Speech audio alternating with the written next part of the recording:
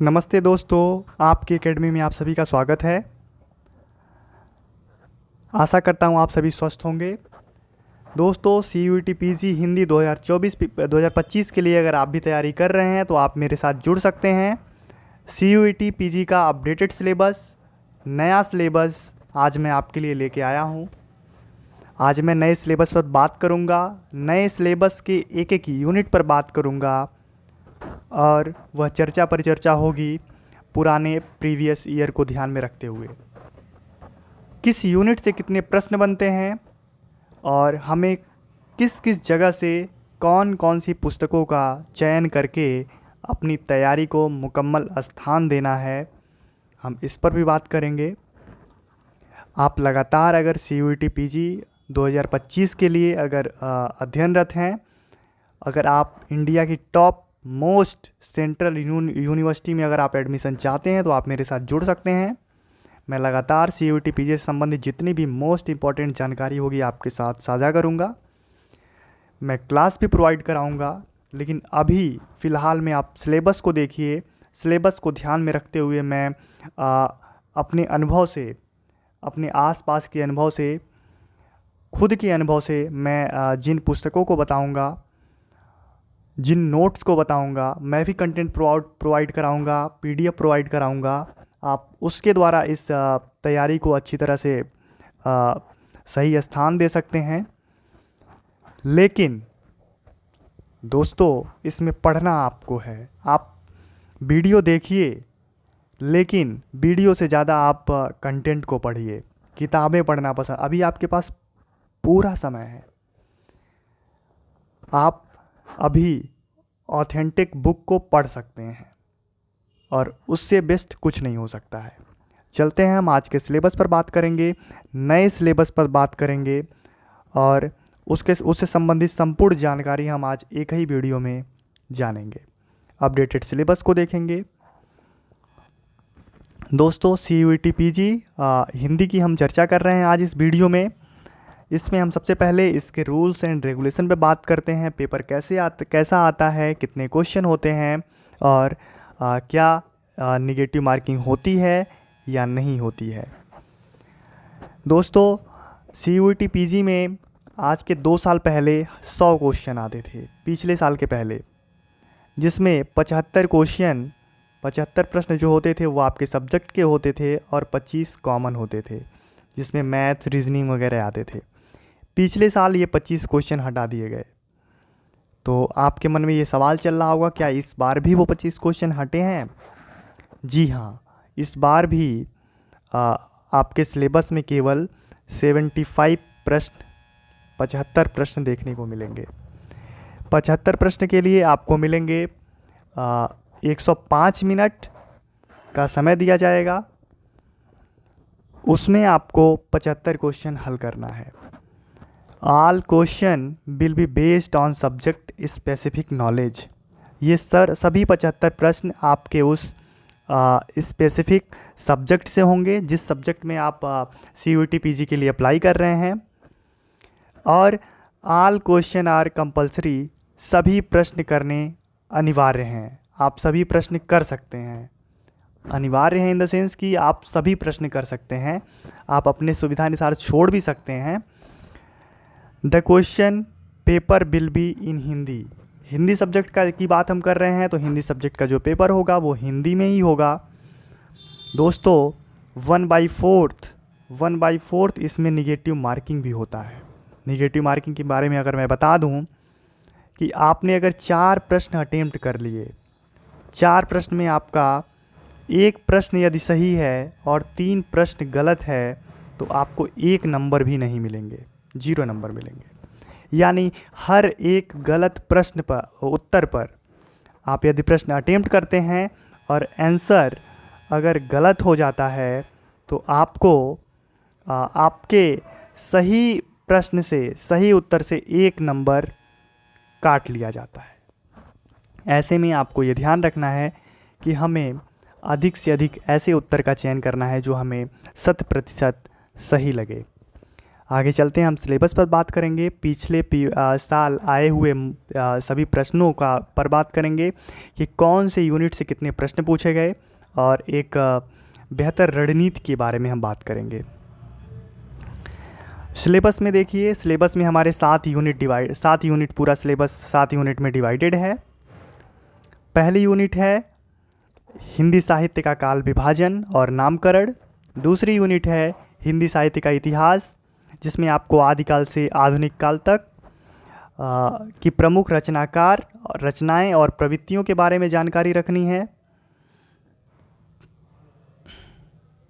उसके बाद जो तीसरी यूनिट है हिंदी साहित्य की विविध विधाएं एवं रचनाकार, उपन्यास, कहानी, नाटक, निबंध, आलोचना एवं अन्य गद्य विधा।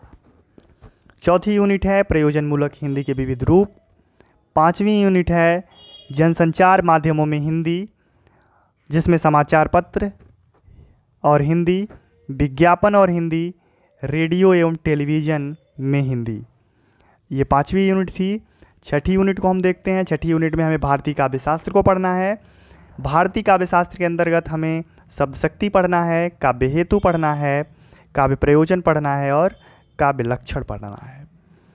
दोस्तों, इसके बाद जो 7वीं और अंतिम यूनिट है वह है व्याकरण से संबंधित।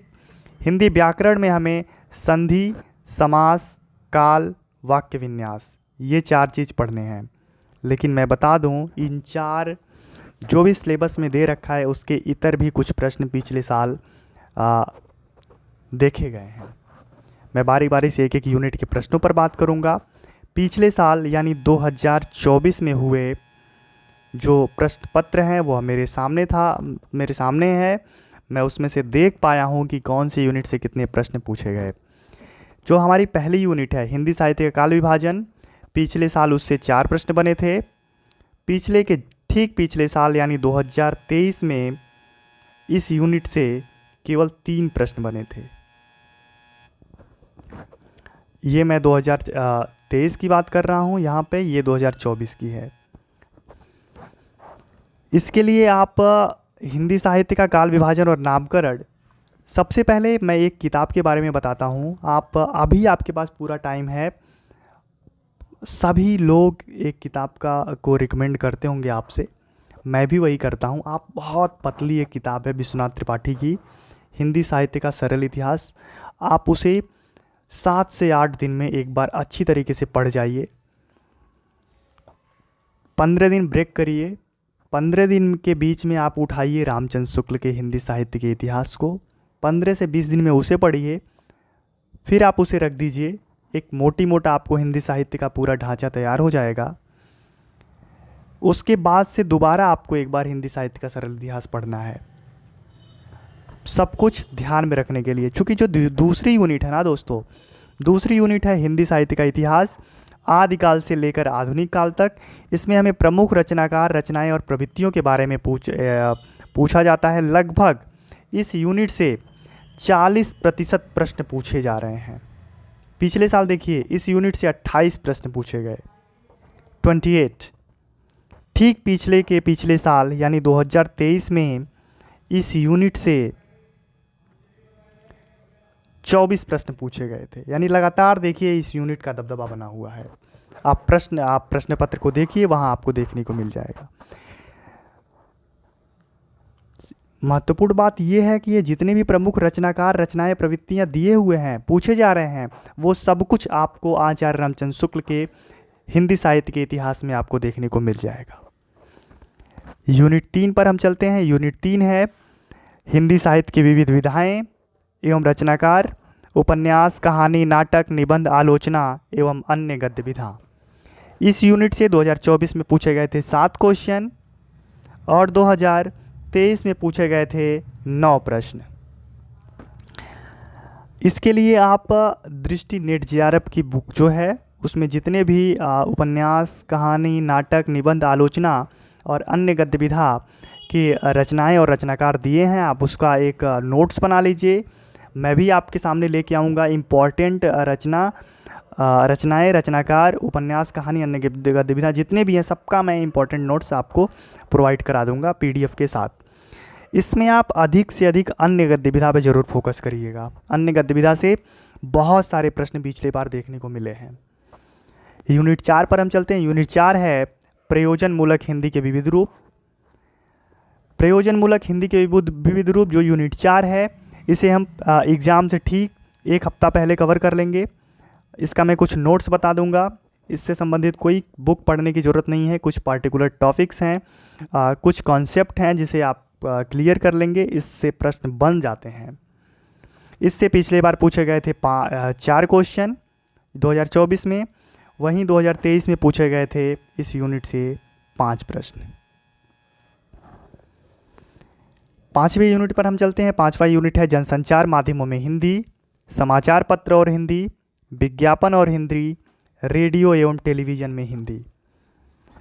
इस यूनिट से 2024 में पूछे गए थे पूरे 6 प्रश्न, वहीं 2023 में पूछे गए थे 5 प्रश्न। इस यूनिट के लिए आप जनसंचार माध्यम में हिंदी के लिए इससे संबंधित भी कोई पुस्तक पढ़ने की ज़रूरत नहीं है। अगर आपके पास दृष्टि नेट JRF की पुस्तक है, गोविंद पांडे सरस्वती पांडे की कोई एक वन लाइनर बुक है, आप उससे इसे पढ़ सकते हो। बाकी मैं क्वेश्चन सभी नोट्स प्रोवाइड करूंगा, कंटेंट प्रोवाइड करूंगा। आप मेरे साथ जुड़िए, चैनल को सब्सक्राइब करिए और अंतिम तक मेरे साथ बने रहिए। मैं एक प्रॉपर तरीके से अभी स्ट्रेटजी बन रही है कि कैसे CUET PG हिंदी की बेस्ट से बेस्ट तैयारी करवाई जा सके। मेरे साथ जुड़े पिछले साल 6 बच्चे मेरे साथ जुड़े थे पिछली बार।